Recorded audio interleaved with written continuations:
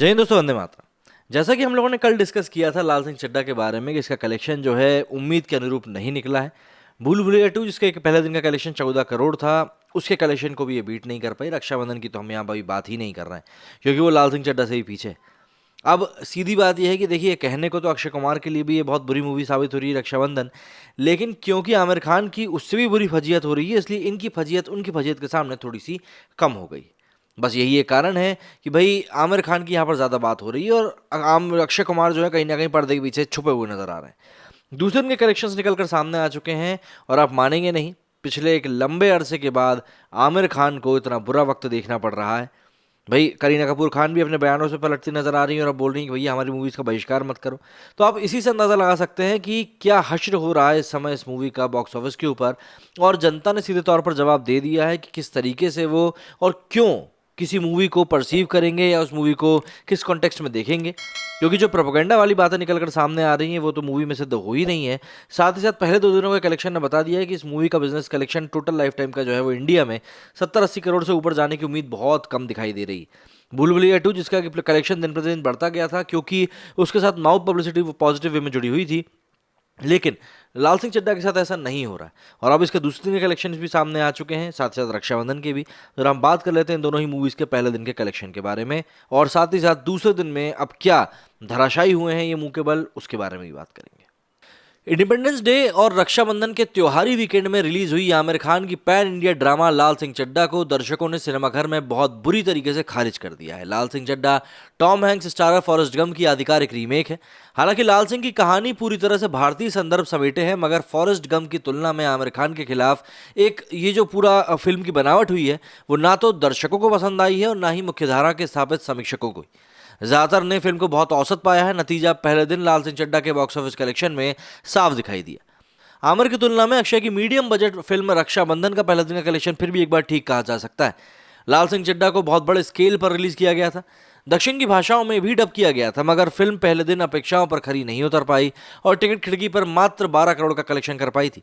जबकि इसी के साथ साथ रिलीज हुई अक्षय रक्षाबंधन ने पहले दिन करीब 8.25 करोड़ रुपए का कलेक्शन निकाला था, जिसे क्लैश में संतोषजनक ही कहा जाएगा। आनंद एल रॉय के निर्देशन में बनी रक्षाबंधन का बजट भी मात्र 70 करोड़ था। वहीं अद्वैत चंदन के डायरेक्शन में बनी लाल सिंह चड्ढा का बजट करीब 180 करोड़ रुपए है। फिल्म को खुद आमिर ने प्रोड्यूस भी किया है, जबकि को प्रोड्यूसर्स की बात करें तो उनकी पूर्व पत्नी किरण राव और वायकॉम 18 भी इसमें शामिल है। लेकिन लाल सिंह चड्ढा आमिर की मुख्य भूमिका से सजी पहली फिल्म है जिसने पिछले एक दशक से ज्यादा वक्त में सबसे कम कलेक्शन निकाला है। साल 2009 में 3 इडियट्स ने भी करीब 13.25 करोड़ रुपए की ओपनिंग करी थी। साल 2012 में जो तलाश मूवी आई थी करीना और आमिर की, उसने भी करीब 13 करोड़ की ओपनिंग करी थी। वहीं धूम की बात करें, धूम 3 की, तो उसने 36 करोड़ की, और 2014 में पीके ने 26 करोड़, साल 2015 में दंगल ने 29 करोड़, 2017 में सीक्रेट सुपरस्टार ने करीब 4.25 करोड़, और साल 2018 में ठग्स ऑफ हिंदुस्तान ने तो पहले दिन रिकॉर्ड ही तोड़ मारे थे, 52 करोड़ रुपए कलेक्शन किया था, लेकिन वो सिर्फ पहले दिन का ही कलेक्शन था। इसमें secret superstar women centric film थी जिसमें कि जायरा वसीम ने मुख्य भूमिका निभाई थी। सीक्रेट सुपरस्टार हिट थी, हालांकि इसने देश में बहुत ज़्यादा कमाई नहीं करी थी, मगर देश से बाहर फिल्म का कलेक्शन शानदार रहा था। और ठग्स ऑफ हिंदुस्तान को छोड़कर पिछले 13 सालों के दौरान आई आमिर की लगभग सभी मूवीज़ ब्लॉकबस्टर भी रही थी। मतलब आपको समझना पड़ेगा इस चीज़ को कि आमिर खान का इस समय क्या मनोस्थिति उनकी होगी।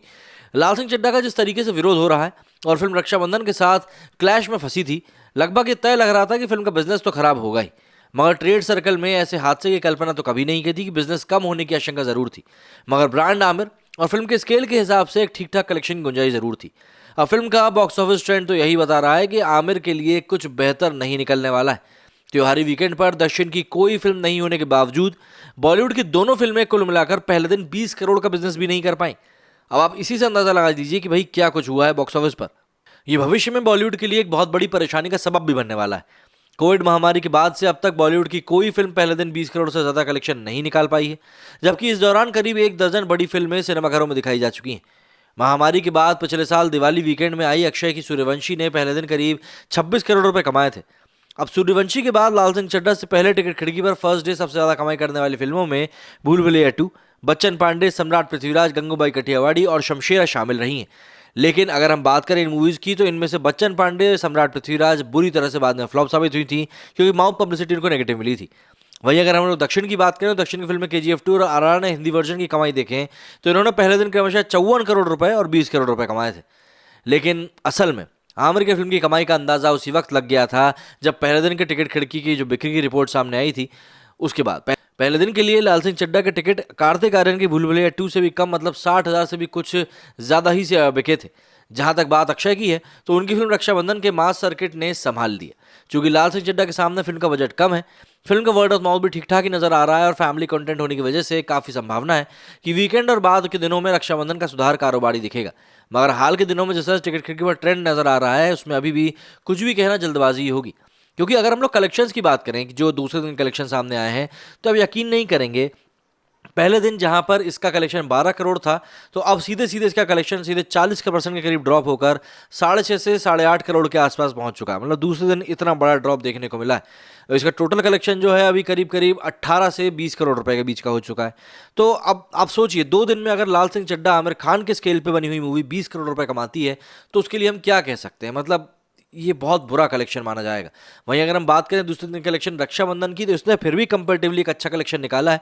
इसका दूसरे दिन का कलेक्शन रहा है 5.5 से 6.5 करोड़ रुपए और अब इसका जो टोटल एक फिगर पहुंच चुका है वो करीब करीब ये मान के चलिए आप, पहले दिन का हुआ था इसका कलेक्शन करीब 8 से 10 करोड़, उसके अलावा आज हुआ 5 से 6 करोड़। तो आप ये मान सकते हैं कि ये 16-17 करोड़ के आसपास इसका जो टिल नाउ का जो फिगर है, मतलब 15 करोड़ हम लोग मोटा मोटा कर ले लें तो पहुंच चुका है। तो ऐसे में ये मूवी एक बार फिर भी आमिर की मूवी के सामने ठीक ठाक दिखाई पड़ रही है।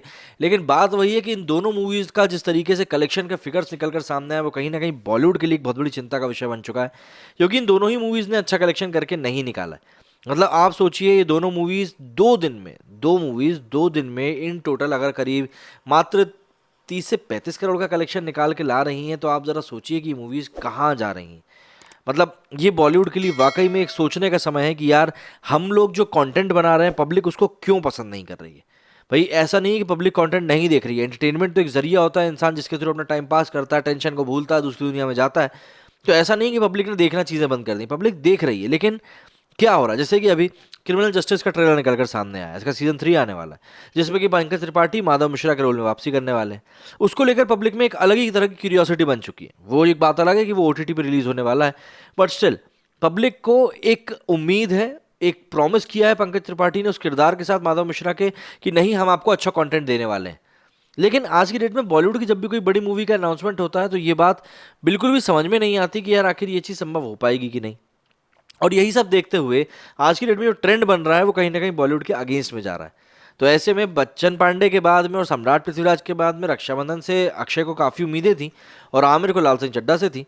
लेकिन इन दोनों मूवीज़ ने इन टोटल जिस तरीके से कलेक्शन निकाला है वो कलेक्शन अब कहीं ना कहीं फिल्म फ्रेटर्निटी के लिए एक सरदर्द बन चुका है। क्योंकि इन दो मूवीज़ के ऊपर काफ़ी कुछ दारोमदार टिका हुआ था कि आने वाले समय में किस तरीके से मूवीज़ को आगे लेकर जाया जाएगा और किस तरीके से दर्शकों को कन्विंस किया जाएगा कि नहीं हम अभी भी आपके ही हिसाब से मूवीज़ बना रहे हैं। आप लोग इस बारे में क्या कहना है मुझे कमेंट करके जरूर बताएं। मेरी स्टूडियो फिलहाल नहीं, जय हिंद, जय भारत।